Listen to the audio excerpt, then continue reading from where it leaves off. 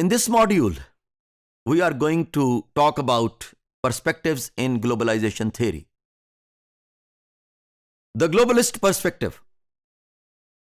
This perspective is attributed economist in nature as focuses on the effects of economy on politics and culture.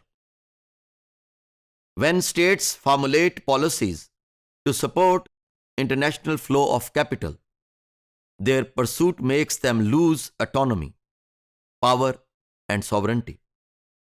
Globalization contributes to homogenization and hybridization of international cultures. Technology facilitates global flows. If you could see that globalization, where it contributes in homogenization, it also contributes in hybridization. And when a country gives aid to another country, it dictates its terms. And that dictating or that dictation definitely make a serious impact on the culture of that country. So it is very difficult to say that globalization cannot make an impact on any country which is not going to adopt this force so quickly, or you may say with that speed with which the developed world is going to adopt it. That country will definitely then feel the harmful effects of globalization. Transnational global forces have become threat to the national identity, sovereignty, and economy. International organizations, World Bank, United Nations, International Monetary Fund, IMF, global civil societies, and other global movements have undermined the role of nation states. It means that all non-governmental organizations or international non-governmental organizations, they may be trying to harm the state sovereignty or trying to scratch the state sovereignty through their influence. But the state sovereignty and authority is very strong, and it is almost impossible to fight with the state. The septic perspective. The processes are not that global in nature the way they are described. Skeptics criticize globalist perspective as their view is abstract, weak in empirical claims, sweeping, and their generic arguments on processes exaggerate globalization. Skeptics claim that nation-state play the same roles and responsibilities. State boundaries are still significant, and globalization has not influenced the territorial borders to much extent. As I mentioned earlier, as far as consumer goods are concerned, technology is concerned, you may say that it is creating a borderless world. It is not respecting the boundaries of the world.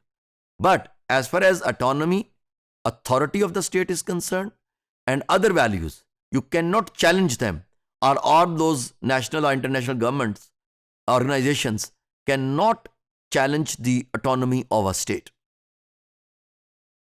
Skeptics claim that states are merely agents of globalization. Therefore, there is an interplay of power where both lose and gain power. Skeptics aim to test the claims of globalists empirically.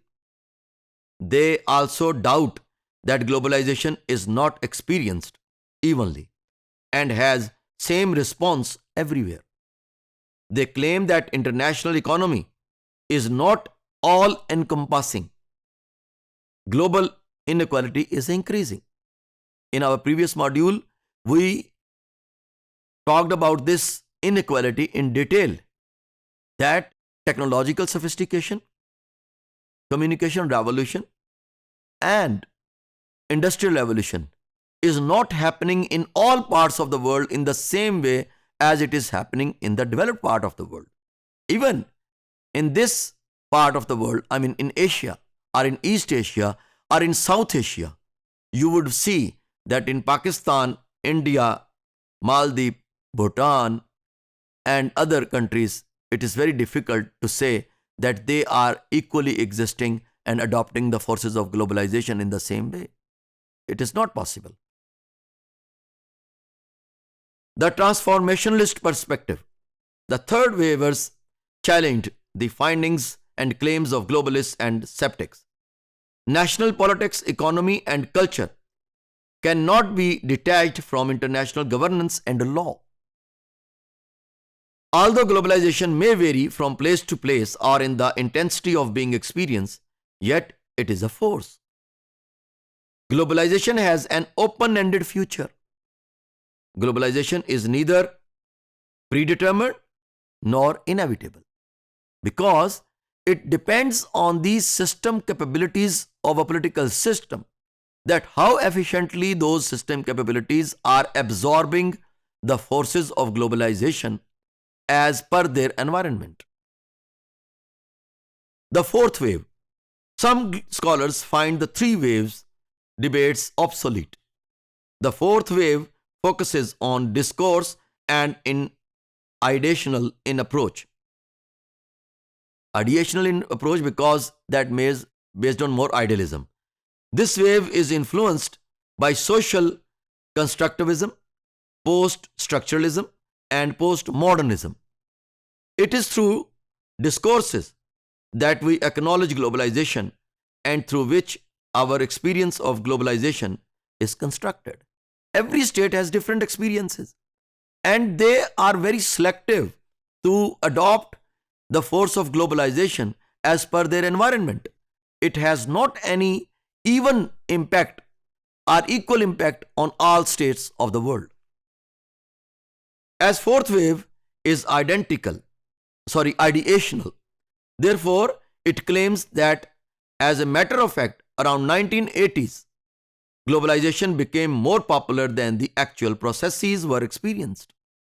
It is least important that whether globalization existed historically, began with industrialization or in the post-World War II era. The important moment is since it has been part of our consciousness. So, it clearly shows that the countries are the individuals who are interested in accepting the process of globalization and reacting or responding to the forces of globalization. They may be influenced by the force of globalization. Others may get the harm of the globalization if they are not trying to cope with this situation.